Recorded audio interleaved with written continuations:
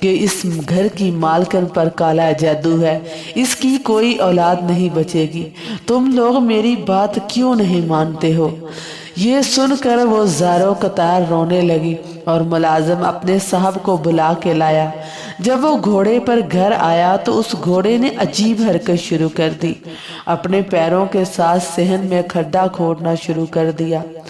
سب حیرانگی سے اس کو دیکھ رہے تھے کہ گھوڑے کو کیا ہو گیا ہے، اس نے گھر کے صحن میں قبر کیوں بنائی؟ دیکھتے دیکھتے بچی اندر سے آئی، گھوڑے کے بنائے ہوئے گھڑے میں گر گئی۔ جب اس بچی کو نکالا گیا تو وہ مر چکی تھی۔ جب اس کی وہ بچی بھی مر گئی تو اس کو یقین ہو گیا کہ وہ فقیر ٹھیک کہتا تھا۔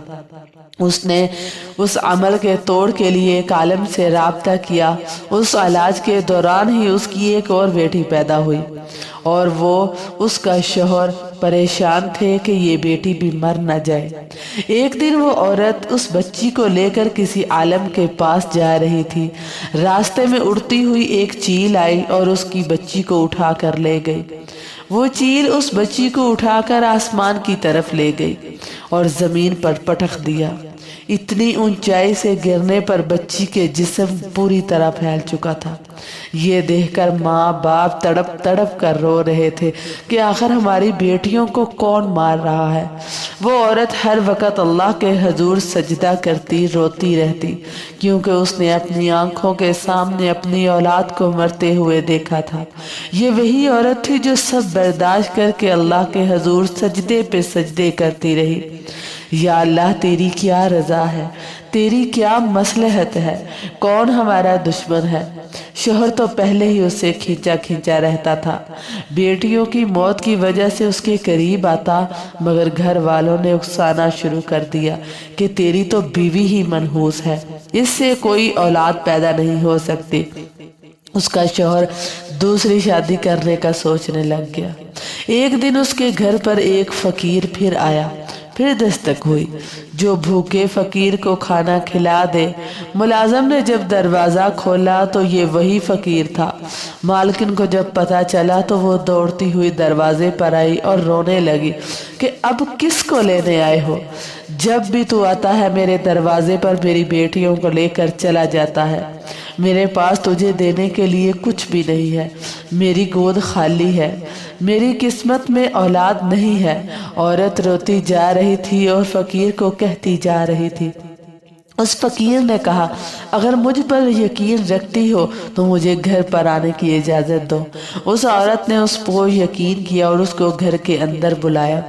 وہ فقیر پورے گھر کے چکر لگانے لگا، اس کے بعد وہ ایک جگہ بیٹھ گیا اور پانی مانگا۔ وہ فقیر کافی دیر تک ذکر الہی کرتا رہا، وظیفے پڑھتا رہا اور کہا اس برتن میں دیکھو تمہیں کیا نظر آتا ہے؟ جب وہ عورت اس برتن میں دیکھتی ہے تو اس میں کالے رنگ کا ایک سانپ ہوتا ہے۔ وہ چیخ مار کر پیچھے ہٹ جاتی ہے۔ وہ فقیر کہنے لگا کہ بی بی اب تم نے اپنی آنکھوں سے دیکھ لیا ہے کہ تم پر کالا جادو کیا گیا ہے اور اس جادو کے ذریعے ایک کالا سانپ تمہارے پیٹ میں بٹھا دیا گیا ہے جو آپ کے ہر بچے کو موت کے گھاٹ اتار رہا ہے۔ آپ کے بچے صرف تھوڑی دیر کے لیے دنیا میں آتے ہیں، بعد میں چھین لیے جاتے ہیں۔ اور آپ کو ایک بات بتاؤں، یہ عمل کر کون رہا ہے؟ یہ عمل ایک ہندو کر رہا ہے، وہ آپ کے پیچھے پڑا ہوا ہے۔ اس نے آپ کو آپ کی شادی سے پہلے دیکھا تھا، وہ دیکھتے ہی آپ کا دیوانہ ہو گیا اور آپ کی شادی ہو گئی۔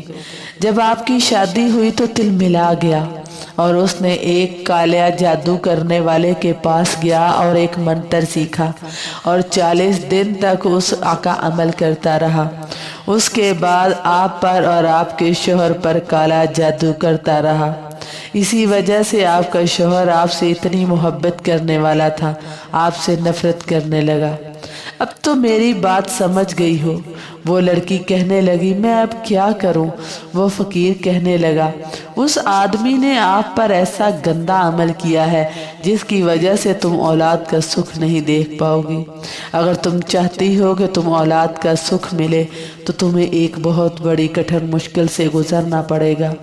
جب پتا چلا کہ کوئی دشمن ہے تو وہ عورت کہنے لگی میں ہر مشکل سے گزرنے کے لیے تیار ہوں، کسی بھی طرح اس گندے عمل کو ختم کرنا ہے۔ فقیر نے کہا سوچ لو، کام بہت مشکل ہے۔ اس نے کہا میں تیار ہوں۔ اس فقیر نے کہا اولاد کو زندہ حاصل کرنے کے لیے تمہیں خود اس سانپ کو جنم دینا ہوگا۔ پہلے تو وہ عورت گھبرا گئی، مگر پھر اپنے آپ سے وعدہ کیا اور اسے اللہ پر یقین تھا، اس لیے وہ یہ عجیب و غریب ناقابل یقین کام کرنے کے لیے تیار ہو گئی۔ اس نے کہا بیٹی یہ سانپ تمہارے پیٹ کے اندر موجود ہے، یہ بڑھ نہیں رہا۔ جب تم اس سے محبت کا اظہار کرو گی کہ یہ میری اولاد ہے اور میں اس کو پیدا کروں گی، یہ خود بخود بڑھنا شروع ہو جائے گا۔ فقیر نے اسے کچھ وظائف بھی بتائے جو رات کے اندھیرے میں کرنے تھے بغیر کسی سے بات چیت کیے۔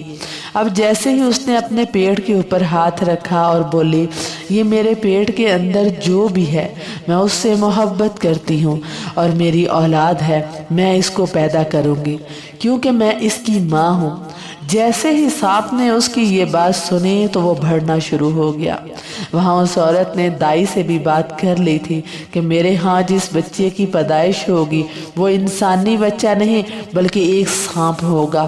تم ڈرنا نہیں، سانپ زندہ نہیں مردہ حالت میں باہر آئے گا۔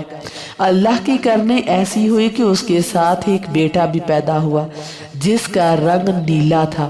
وہ لڑکا پیدائش کے کچھ دیر بعد ہی مر گیا۔ دکھ تو بہت ہوا، ایک ماں کو 3 بیٹیاں اور ایک بیٹا کھونا پڑا۔ اس واقعے کے 3 سال بعد اللہ نے اس کو ایک بیٹا دیا۔ کالے عمل کا اثر ختم ہو چکا تھا۔ 1 سال بعد وہی فقیر اس کے گھر پر آیا۔ وہ عورت دوڑتی ہوئی آئی اور کہنے لگی بابا کیا بات ہے، پھر کوئی بری خبر تو نہیں سنانے آئے کہ میں پھر سے ٹوٹ جاؤں؟ اب تو میرا ایک بیٹا بھی ہو گیا ہے، اللہ کا شکر ہے وہ صحت مند بھی ہے، میں ہر روز اس کی لمبی زندگی کی دعا کرتی ہوں۔ وہ فقیر کہنے لگا اس بار میں تمہیں بری خبر نہیں اچھی خبر دینے آیا ہوں۔ وہ عمل جس نے تمہارے اور تمہارے شوہر اور بچوں کے اوپر جادو کیا تھا وہ آج بھی جنگل میں جادو کر رہا تھا، تبھی ایک کالے ناگ نے اس کو ڈس لیا اور مر گیا۔ اللہ تعالیٰ تم پر کرم کرے، تمہارے دشمن ہلاک ہو گئے ہیں۔ اس طرح وہ پاکیزہ عورت اپنے بیٹے اور شوہر کے ساتھ ہنسی خوشی زندگی گزارنے لگی۔ پیارے دوستو، کالا جادو ایک حقیقت ہے۔ جادو اور بری نظر سے بچنے کے لیے ہمیں اللہ تعالیٰ کا راستہ اختیار کرنا ہے۔ صبح شام کے اذکار پڑھا کریں، یہ ہمارے لیے ایسے ہیں جس طرح جنگ میں ہمارے لیے ہتھیار کافی ہے۔ جزاکم اللہ خیرا کثیرا۔